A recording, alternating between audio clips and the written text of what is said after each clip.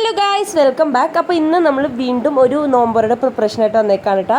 അപ്പോൾ ഇതാ നമ്മളൊരു 3:30 ആയപ്പോഴേക്കും കിച്ചണിൽ വന്നിട്ട് വേഗം തന്നെ കട്ട്ലേറ്റിന് വേണ്ടിയിട്ടുള്ള ഉരുളക്കിഴങ്ങ് സവാളൊക്കെ ഒന്ന് വേവിക്കാൻ വേണ്ടി നമ്മൾ സ്റ്റൗവിൽ വെച്ചിട്ടുണ്ട്. പിന്നെ അത് അതിൻ്റെ ഇടയിൽ ഞാൻ നമ്മുടെ തണ്ണിമത്തനെടുത്തൊന്ന് കട്ട് ചെയ്ത് വെക്കണുണ്ട് കേട്ടോ. അതിൻ്റെ തോടൊക്കെ കളഞ്ഞിട്ട് നമ്മൾ കട്ട് ചെയ്ത് പീസാക്കി എടുത്ത് വെക്കുന്നുണ്ട് കഴിക്കാൻ പാകത്തിനും. പിന്നെ നമ്മുടെ മുഹബത്ത് സർബത്തിന് വേണ്ടിയിട്ട് നമ്മൾ കുറച്ചെടുത്ത് വെക്കണുണ്ട് കേട്ടോ. അപ്പോൾ അത് തന്നെ നമ്മൾ പീസാക്കി കട്ട് ചെയ്ത് വെച്ച് മാറ്റി വെച്ചിട്ടുണ്ട്.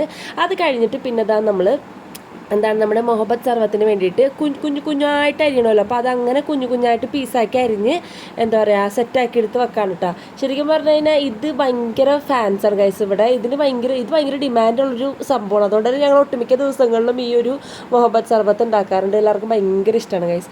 അങ്ങനെ നമ്മളത് ഒക്കെ ഒന്ന് സെറ്റാക്കി എടുത്ത് മാറ്റി വെച്ചിട്ടുണ്ട് കേട്ടോ. അപ്പോൾ അതിൻ്റെ ഇടയിൽ നമ്മൾ പുഴുങ്ങാൻ വെച്ച നമ്മുടെ ഉരുളക്കിഴങ്ങൊക്കെ സെറ്റായിട്ട് വന്നിട്ടുണ്ട്. അങ്ങനെ അത് നന്നായിട്ട് ഉടച്ച് കൊടുത്തിട്ട് നമ്മൾ വേറൊരു പാത്രത്തിൽ മാറ്റി കൊടുക്കുകയാണ് കേട്ടോ.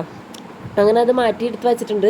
ഒന്ന് ചൂടാറാൻ വേണ്ടി വെച്ചിട്ട് ചൂടാറി കഴിഞ്ഞപ്പോൾ നമ്മൾ ചിക്കൻ പൊരിച്ച് മിക്സിയിലിട്ടൊക്കെ അടിച്ച് വേവിച്ചത് നമ്മൾ അതിലേക്ക് ഇട്ട് കൊടുത്ത് മസാല മിക്സ് ചെയ്ത് നന്നായിട്ട് കുഴച്ചെടുത്ത് വെച്ചിട്ടുണ്ട് കേട്ടോ. അങ്ങനെ നമ്മൾ കട്ട്ലേറ്റിനുള്ള ഓരോ സംഭവങ്ങളൊക്കെ ആക്കി വെച്ചിട്ടുണ്ട്. അതിൻ്റെ ഇടയിൽ ഉമ്മിച്ച് തരി കാച്ചിയത് സെറ്റാക്കിയിട്ടുണ്ട്. അങ്ങനെ അത് ടേബിളിലേക്ക് എടുത്ത് വെച്ചിട്ടുണ്ട് കേട്ടോ. പിന്നെ അത് കഴിഞ്ഞിട്ട് നമ്മൾ മുഹബത്ത് സർബത്ത് ഉണ്ടാക്കാൻ വേണ്ടിയിട്ട് 2 പാക്കറ്റ് പാലെടുത്തിട്ട് അങ്ങനെ അത് ഒന്ന് കട്ടയൊക്കെ ഉള്ളതൊക്കെ ഉടച്ചിടാണ് കേട്ടോ. അത് കഴിഞ്ഞ് നമ്മളിത് അതിലേക്ക് എസൻസും അതുപോലെ നമ്മുടെ തണ്ണിമത്തനും ആവശ്യത്തിന് പഞ്ചസാരയൊക്കെ ഇട്ടിട്ട് നന്നായിട്ട് മിക്സ് ചെയ്ത് എടുത്ത് കൊടുക്കുകയാണ്. അങ്ങനെ ഇത്തിരി വെള്ളം കൂടി ഒഴിച്ചിട്ട് നന്നായിട്ട് മിക്സ് ചെയ്ത് ഫ്രിഡ്ജിലേക്ക് എടുത്ത് വെച്ചിട്ടുണ്ട്.